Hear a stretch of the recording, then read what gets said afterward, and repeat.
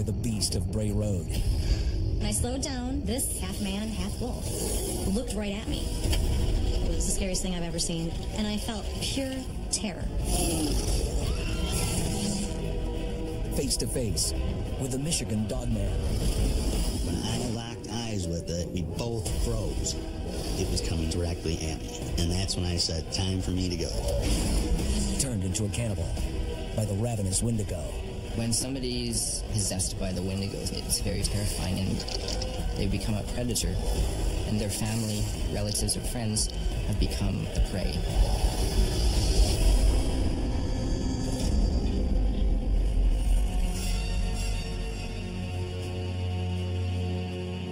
"30 miles west of Milwaukee, Wisconsin, the town of Elkhorn sits among broad lakes and rolling hills. Elkhorn is a really close-knit little town. You walk in a grocery store and you know people. Great town to raise a family. Rolling farmland was predominantly rural for a long time. It's a quiet, nice little community. Sometimes a little too quiet. You hear, the creakings of the night. It can be very frightening just being out in the woods. I've lived here all my life, better than 50 years. I know an awful lot of people. People weren't at all into the paranormal until this thing started to crop its head. It became something that was in the back of people's minds all the time. It's been seen more than 100 times. It's never been captured. No ironclad proof. But rumors persist that a wolfman beast stalks the dark wooded roads of Wisconsin.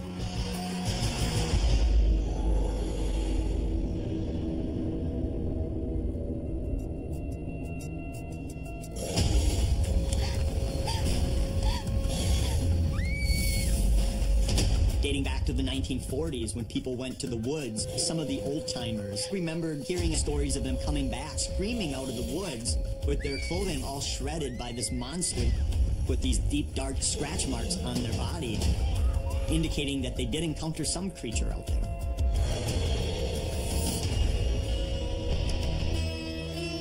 In the late 1980s, the stories reached a new level of intensity.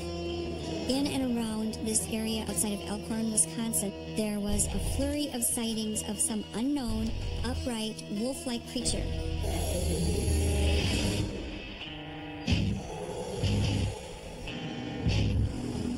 There was a great amount of fear. People armed themselves and started to lock their doors, which is not normal around here, especially out north of Elkhorn where this beast was first sighted. Most of the sightings were clustered along a single roadway.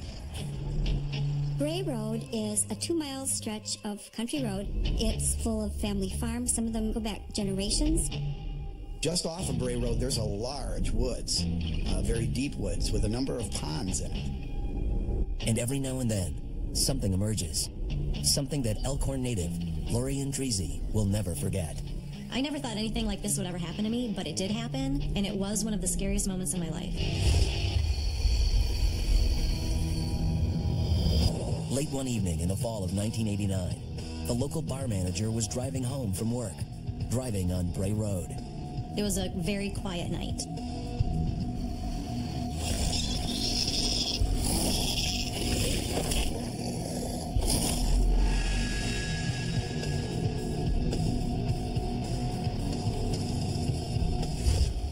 I saw something on the road.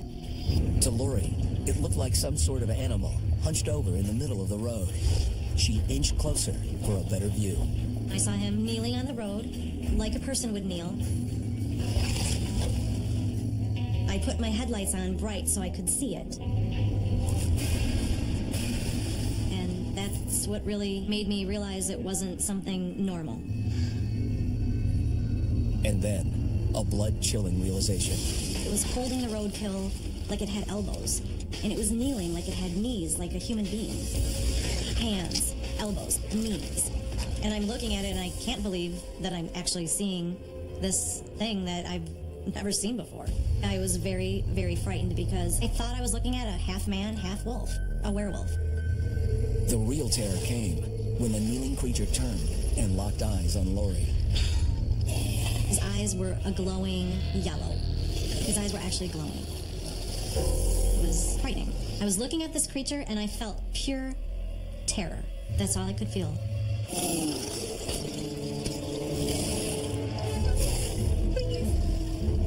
just as the beast had fresh prey in its sights, Lori's car wouldn't move. My heart was pounding. I was shaking. Please, I'm hungry. Please.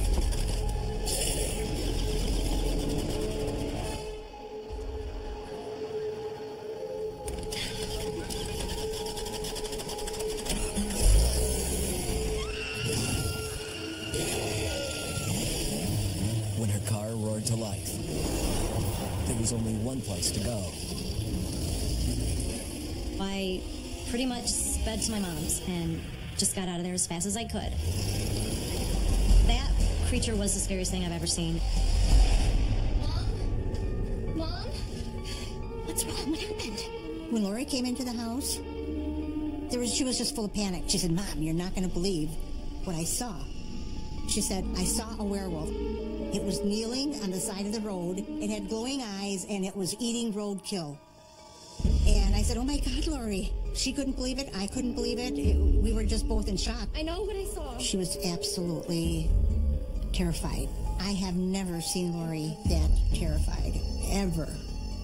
And Lori is just one of countless others through history swearing they've seen a wolfman.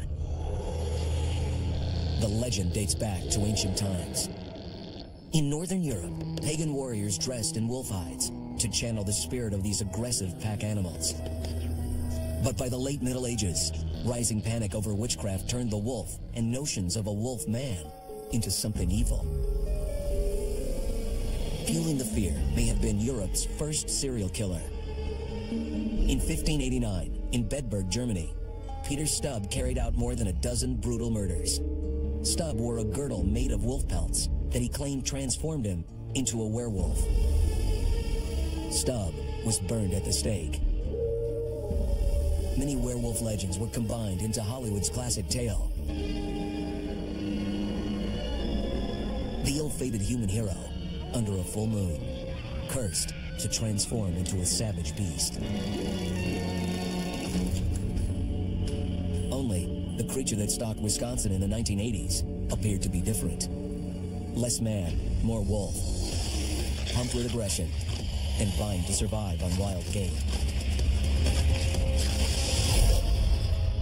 No matter who might get in the way. I was just in the wrong place at the wrong time. I don't think it picked me out.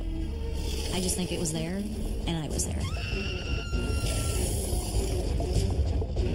In the back of my mind, I'm thinking, what if? What if it followed her home? What if there's more than one?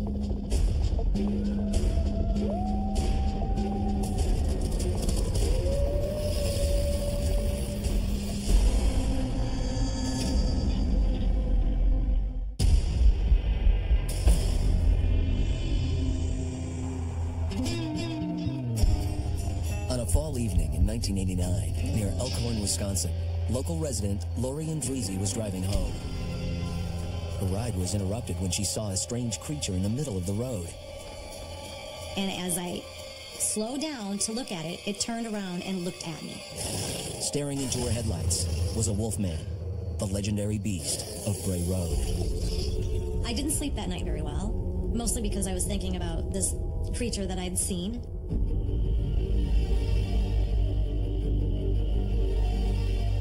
The day after her encounter, Lori felt compelled to investigate the area where she saw the beast. The feelings that I was feeling when I drove back to where I initially saw it was pretty creepy. I was very hesitant to drive down Bray Road, but there's always that fear that it could be out there. Just walking around, looking for roadkill, looking to scare somebody.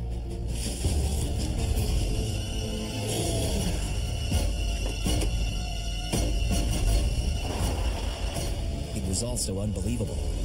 Lori and her mom decided to keep quiet about the Wolfman encounter. The story just seemed so outlandish, like, who's going to believe Lori? I didn't want to have a stigma attached to myself. So really, it was an easy secret to keep. Like Lori, other folks in the area had encounters they couldn't explain. One of the scariest encounters near Bray Road happened when a group of children were sledding, and they were on their way home. It was just about twilight. And they saw what they thought was a dog lapping water from a partly thawed pond. And they went over to pet it. That's no dog. They turned around and ran, and it began to chase them. But as usual, it broke off the chase. And one of those children was a friend of my son's. And he said, Mom, I know him, and he's not making that up. He's still really scared. When it was clear that Lori Andrezi's encounter wasn't the only one, Lori's mom encouraged her to go public about the event. I thought it was time that everyone should know what was going on. As Lori would learn, the local animal control office already had a file. They started compiling reports when they found a dozen or so animals suspiciously dead and dismembered. It was crazy. A werewolf file? I mean, I didn't think anyone ever heard of this, so somebody must have said something in the past to have a werewolf file. Linda Godfrey was a rookie reporter when the stories began to circulate. Probably just a few months into my job, and I started hearing local rumors that people around Elkhorn were seeing what they were calling a werewolf out on Bray Road, and I was extremely skeptical. I know I laughed, and when I started just kind of asking around, I found out that yes, people actually were talking about it, and at that point I had to follow up on it. One of her first interviews was with Lori Andrezi. I thought that Lori's story was very, very credible. She was a young single mom at the time. She was just coming home from work, and besides, she was obviously still terrified at the thought of it. I felt vindicated. I wasn't the only one that saw it, and other people became brave enough to share their story just like I did. People all over started saying, we have this creature here. One person saw it killing its dog. A couple of ladies saw a 6-foot-tall upright canine with their cat in its mouth. It really started to snowball. It became something that was in the back of people's minds all the time.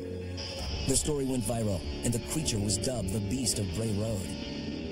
It was a big story. People were petrified. When you hear stories like that, that's when you start to think, this could be real, this could happen to me.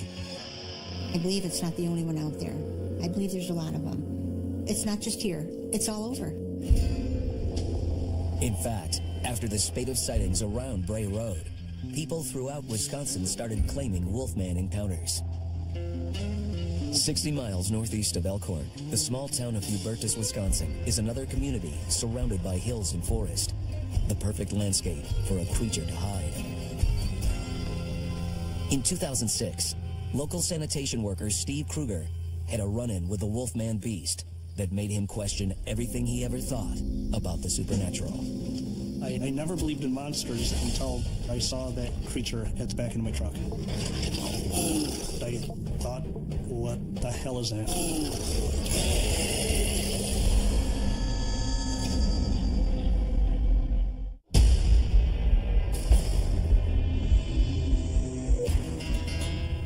Wisconsin is dairyland.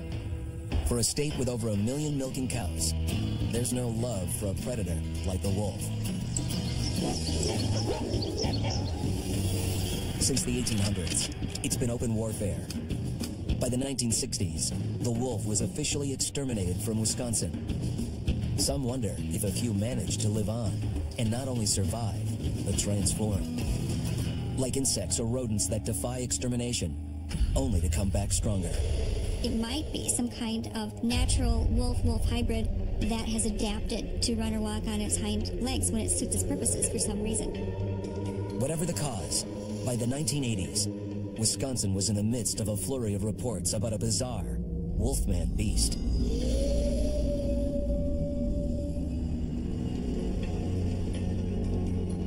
That put Steve Kruger on the front lines of the hunting zone. After college, he got a job working sanitation, clearing Wisconsin roads of deer and roadkill. I've spent a lot of time in the woods and seen a lot of crazy things. This beats all of it by a long shot.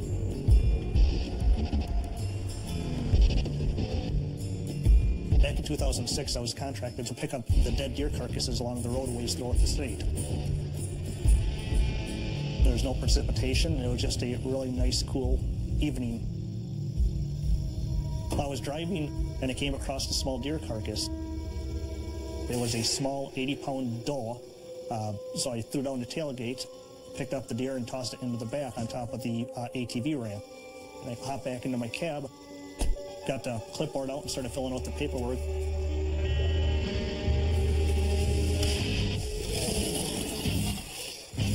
What had been a quiet night was about to receive a jolt.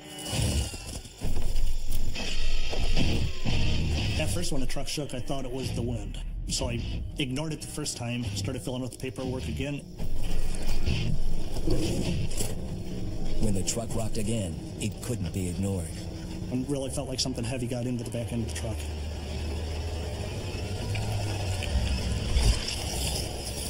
And that's where I saw the creature. The whole entire creature was about 7 feet tall. It looked like basically a large wolf head on top of a bear's body.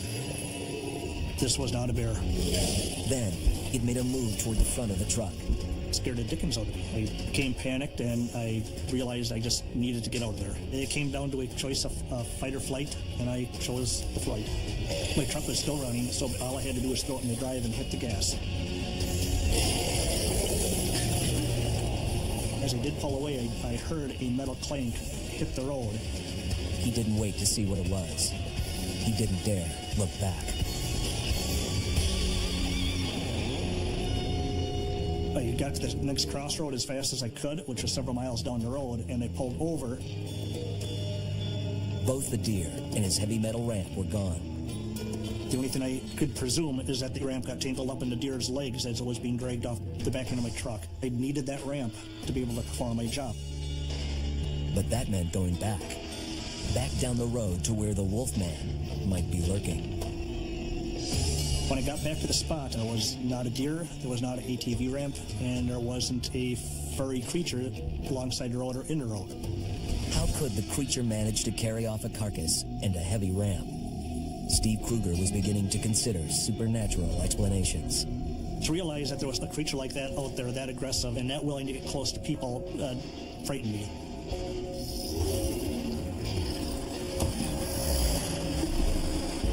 Steve reported the incident to the sheriff. Patrols dispatched to the site found no clues about the monster, no trace of the heavy ATV ramp. It was embarrassing at first. It got worse the next day. News reports started coming out, and it became, over the next week, a complete circus. The story spread like wildfire. It went on national news, and the people closer to home who know me knew this wasn't something that I made up. Despite anyone else's reaction, Steve knows what he saw.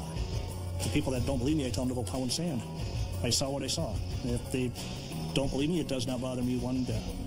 The creature that I saw is real. It was there, it was real, it was a physical something that I could not recognize that took the deer out of the back into my truck.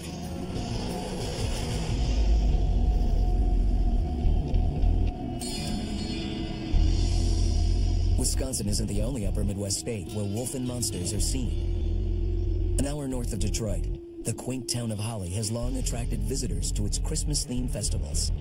In recent years, it's the surrounding woods that's attracting attention. And growing up here in Michigan, I've heard mythological stories about the man-dog of Holly or the dog-man of Holly, never realizing that it would be a reality or that it truly existed. Well, Holly's, kind of an odd place. Just one of those places that has a very remote area to it. And, that's why there are creatures lurking out there. Within these woods, there are rumors about a monster, a creature that sometimes runs on 4 legs, sometimes stands on 2. A bizarre manimal, part man, part mutt, Dogman. The Dogman and Beast of Bray Road seem to be two different creatures. The Beast of Bray Road appears much bigger and seems to be more of your traditional werewolf, whereas the Dogman has a supernatural reputation with it as well, that it's more of a spirit-based creature. They have the ability to do you harm outside of just clawing and slashing at you. It's not flesh and blood. You couldn't kill it like you could possibly the Beast of Bray Road. We do know of over 100 dogman sightings, and it is a widespread phenomenon, not just in Michigan, all across the United States, and actually all across the world. There have been sightings of dogman-like creatures in Argentina, in France, so this is not just an American phenomenon. The idea of a canine-human hybrid is very old. The ancient Egyptians saw Anubis, their god of the underworld, as a jackal-headed man. In rural Michigan, many have heard the dogman legend. One local felt it breathing down his neck and barely survived to tell the tale. Meet Jeff Cornelius. He's a creature of the night himself. Jeff is a repo man, working the night shift, reclaiming cars from deadbeat buyers. It's a job that can take you down desolate back roads, with no sign of anything friendly for miles. You know, I've always felt comfortable in the woods. I'm not really scared of driving alone at night, you know. It's how I've always done my work. Jeff's not really a kind of a scaredy cat guy, you know. He's kind of a big burly dude. He's going to take you out, or he's going to die trying. The only thing Jeff worries about is a delinquent car owner with a loaded .45. It was past midnight on a cold autumn night in 2005. Jeff was on the outskirts of Holly, Michigan, looking for a Cadillac. Some slacker's time had run out. There was a bright moon out that night. You could see really well. Where I was looking for the vehicle, it's very remote. When I turned on the driveway, it took me probably 200 to 300 yards. It was really creepy setting. You know, it was late at night, you know, the moon was out, you know, all the crickets and stuff. The house had bars on it, which it was just odd to me. It kind of freaked me out.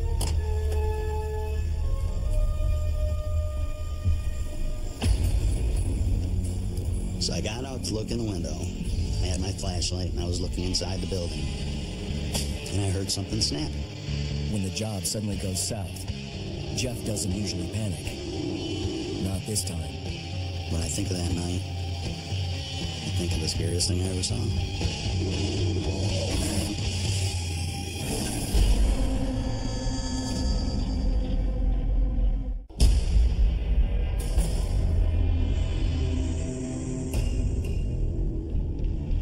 The Michigan woods, home turf of the legendary Dogman. I think it originated with the fear of these forests as great unknown places.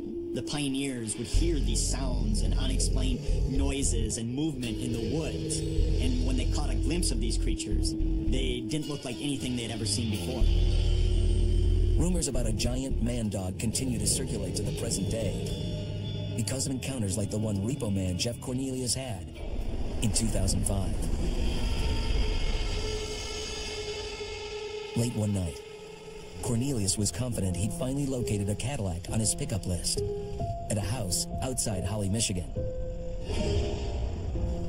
He never imagined what he'd find there. I was definitely a skeptic of monsters growing up. Never believed in them.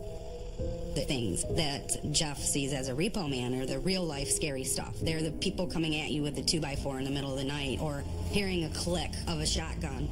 When I got out, I'm in the habit of leaving my door open. Whenever I check for repossession, I always leave my door open just in case. The house looked abandoned, but Jeff's gut instinct told him he wasn't alone.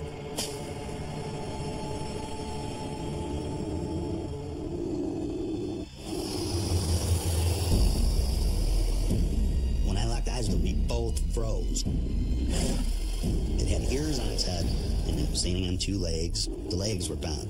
It was pretty formidable looking. And that's when it growled at me. It sounded like nothing I ever heard before. Deep, you know.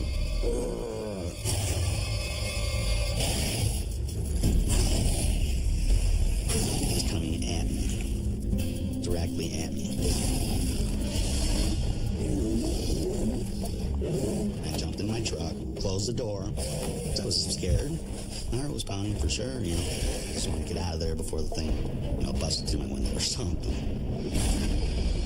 Jeff gunned his tow truck down the dark road, feeling he'd narrowly escaped. If I wouldn't have seen it, it would have definitely attacked me 100%. When Jeff came and told me that night, I believed what had happened because I could see that he was genuinely afraid, that something spooked him, something scared him. Since radio stations in Michigan first broadcast news of the Dogman in the late 1980s, more than 500 encounters have been reported. After his experience, Jeff Cornelius dropped the Cadillac account. He never wanted to return to that house again. When I'm in the woods repoing vehicles, I try to definitely be a little more, aware of my surroundings, so as to not let anything sneak up on me again. I know what I saw that night, and what I saw was the man dog.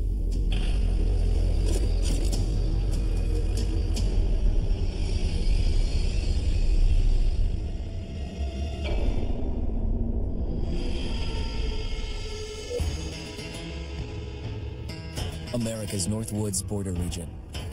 Within this land of 10,000 lakes and miles of dense timber, a hideous creature is believed to lurk. The North Woods is probably one of the last frontiers in America. There's still a lot of places in this area that hasn't been set foot by man. Monsters and mysteries exist here because it is remote. Up in the North Woods, winters are long. In times of biting cold and isolation, a devouring monster is believed to come forth. It's terrorized native people for generations. Growing up, I was told, don't go outside, the Wendigo will get you.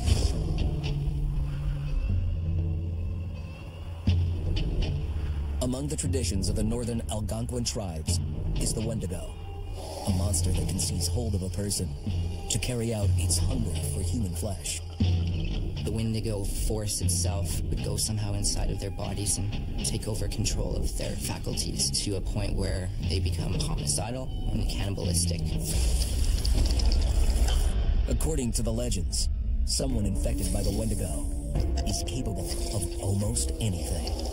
They have such a voracious hunger that they have chewed their own lips off, and they're gnawing on their fingers. The more that they eat, their hunger does grow even more intense.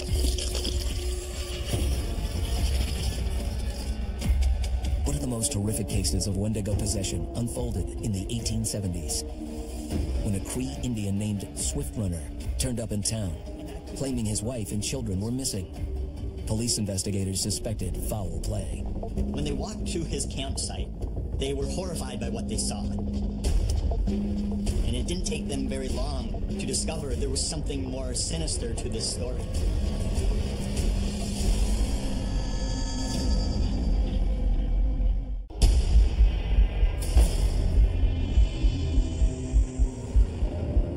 For centuries, the legend of the cannibalistic Wendigo has haunted parts of America's northern border. No one is safe in its path. The Wendigo is the predator of humanity. It stalks human beings relentlessly, but it also has the capacity to prey upon someone within their mind. Once the Wendigo takes hold, you are a starving, savage beast with an insatiable hunger. The legend of the Wendigo originated in North America with the Native Americans. Reports of it go back to the very early historical records, probably in the 1500s. Many Native Americans fear even talking about this Wendigo, and even the mention of the name will let the Wendigo find out where you are, and it will open you up to be possessed by this Wendigo.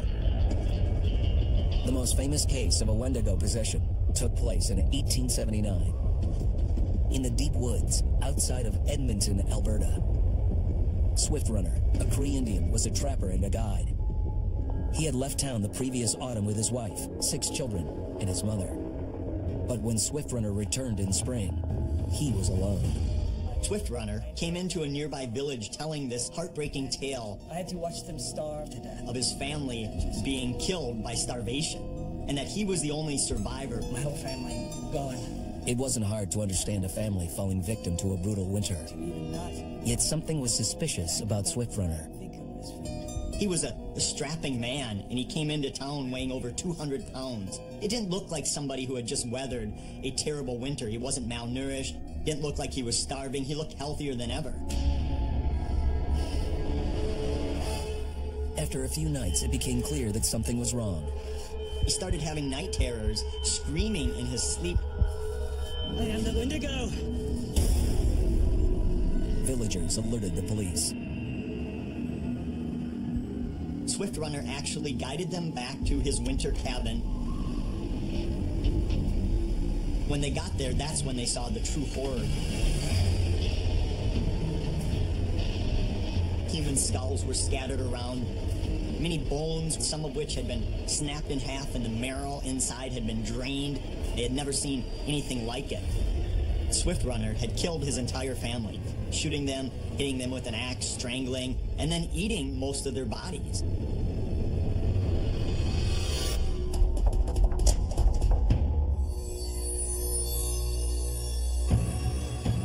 Right up until the moment the noose was on his neck, Swift Runner swore the evil spirit of the Wendigo had possessed him and twisted him into a cannibal killer.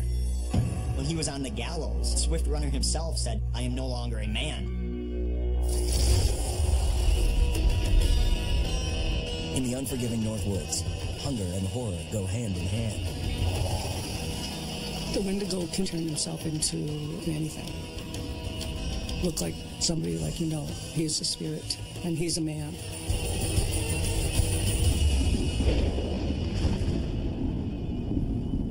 In 2008, some believe a Wendigo came to life on an ordinary bus, with horrific results. A young man was getting settled for a long bus ride home. Little did he know, it would be the last ride of his life. The witnesses had never encountered anything like this in their life. It looked like he was a man that was possessed by some type of spirit, and led many to believe he might have been the Wendigo.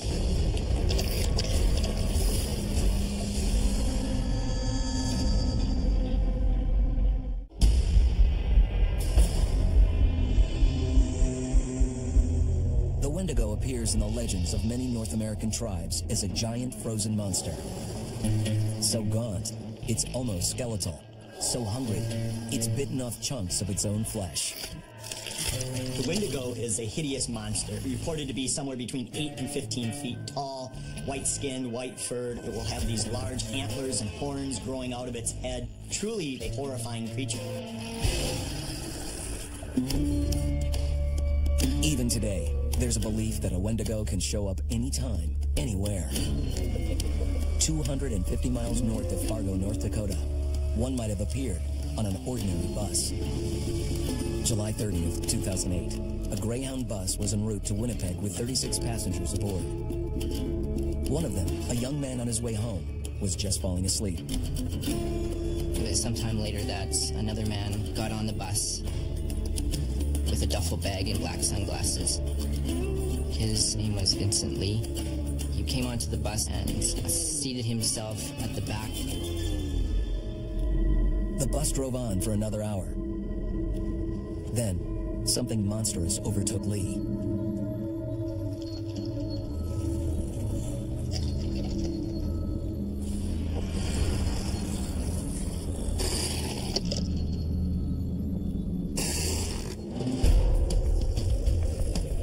A ravenous force was gaining strength, and it's unleashed on the sleeping young man seated next to Lee.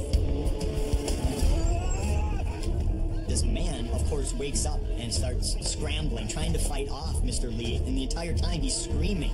And this blood-curdling scream alerts the rest of the passengers of what's going on, and they look over and are horrified to see this man being killed right in front of their eyes.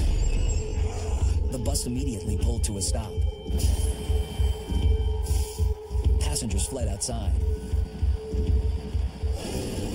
And then, the inconceivable happened. He severs his head right off of his body, and very, very calmly walking up and down the aisle of the bus, brandishing this head. And he holds it out like a trophy, showing the other passengers. And it wasn't the brutal attack that carried whispers of Wendigo. It was what came next. Eyewitnesses said that he was actually taking pieces and eating them.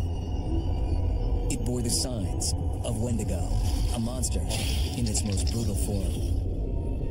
The fact that he was eating them led many to believe he might have been the Wendigo, that he was possessed by some type of spirit. He wasn't angry, he wasn't provoked. It was as cool and as calm as he was just taking a walk on the beach.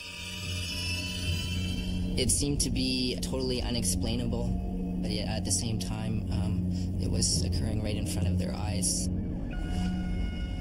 The police managed to make the capture and arrest.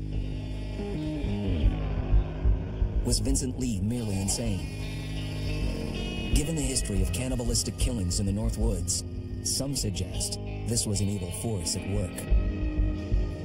Ancient cases like Swift Runner and the heartbreaking fate of his family. Or modern ones, like the cannibalistic killing on a Greyhound bus, defy normal logic. Is a monster like the Wendigo the explanation? They become a predator of humanity, and the human beings that they see around them, usually their family, relatives, or friends, have become the prey. I believe the Wendigo still exists because he is a spirit. It's always going to be around. For generations, legends of monsters have circulated around the upper Midwest. Many dismiss them as just stories. Those childhood stories that my grandmother told me, I haven't grown any less afraid of them. For those who've encountered these monsters firsthand, the stories are as real as life and death. When I look into the woods now, there's always that fear that it could be out there. Whether you believe that the Beast of Bray Road, the Michigan Dogman, and other unknown upright canines are real creatures or not, they're still fascinating because people are seeing them, they're having interactions, we don't know what it is, it's a mystery.